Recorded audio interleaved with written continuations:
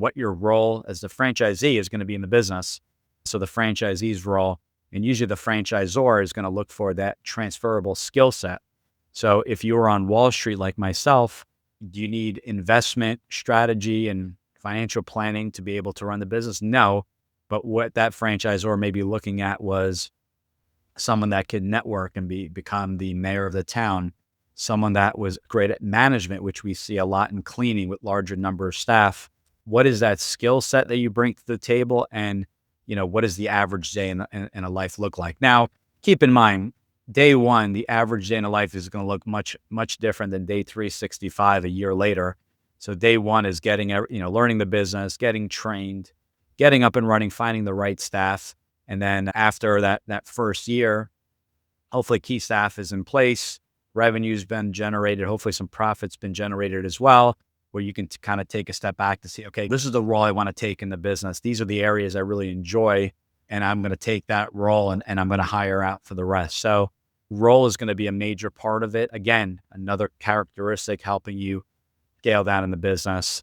And then there's other characteristics such as what do your employees look like? Are they W-2 employees where you're paying them an hourly wage or salary, training them on every aspect of the business? Or are they a 1099 contractor where you're utilizing a roofer to replace a roof, an existing roofer where they're bringing their own equipment and trucks and things like that? So definitely differences and pros and cons between a W-2 and a contractor. What does that look like? Well, a contractor, you're going to have a lower investment simply because, you're not paying typically the contract until a job is awarded, completed, and paid for is when the contractor is getting paid. And those are some benefits, keeping the investment lower. And exactly, what the contractor is getting paid and what your margin is on the business. So another characteristic of the business, goals of the business.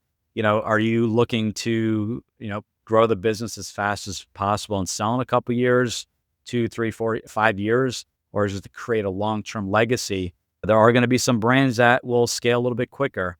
Others will have more of a membership model where you're slowly building this base of clients that become this annuity, right? This revenue stream. You start off with maybe you get 10 customers a month. At the end of the year, you have over 100 customers that are paying you, that offering a service like maybe a mosquito spraying or pest control type of business where you're building and you're not, starting at zero every month. That you have these that revenue stream, that annuity is what I like to call it. So when you approach it that way, it's a completely different mind shift. But when you break these characteristics, like what's my comfortable investment?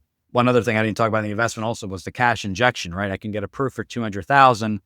But what's my injection? Well, it's going to be just say 20%. So I'm okay putting $40,000 down in order to get the loan. My role in the business, where I'm located, my employees, what specifically they look like. As far as a contractor, W-2, where am I located? Do I prefer that brick and mortar or something I can run from home?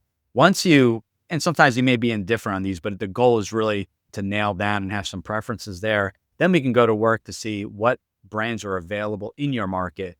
Even just for fun, let's check to see if there are any resales available in your market. There may be someone that maybe they're retiring. Something happened in life that's forcing them to sell. We just had a resale that due to a family member having some health issues, the franchisee had to sell and relocate different part of the country in order to help a family member. So, it's unfortunate, but that's the stuff that comes up that we're approach on and say, hey, we have a few resales in the market.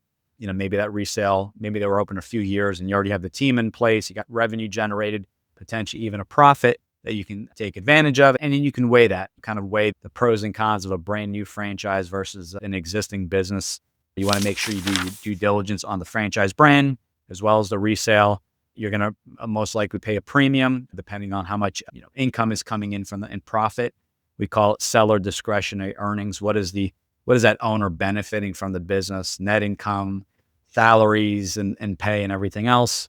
So that's something that will be factored in. But you're going to still, do the due diligence on the brand because after that seller, you end up buying just say their business, you will be getting coached and supported by the franchisor. So they're going to want to make sure that the fit's there. And I mean, shoot, I've had it where some people looked at a resale and added a brand new territory, and that's also possible as well. You've learned how to find the right franchise model for you.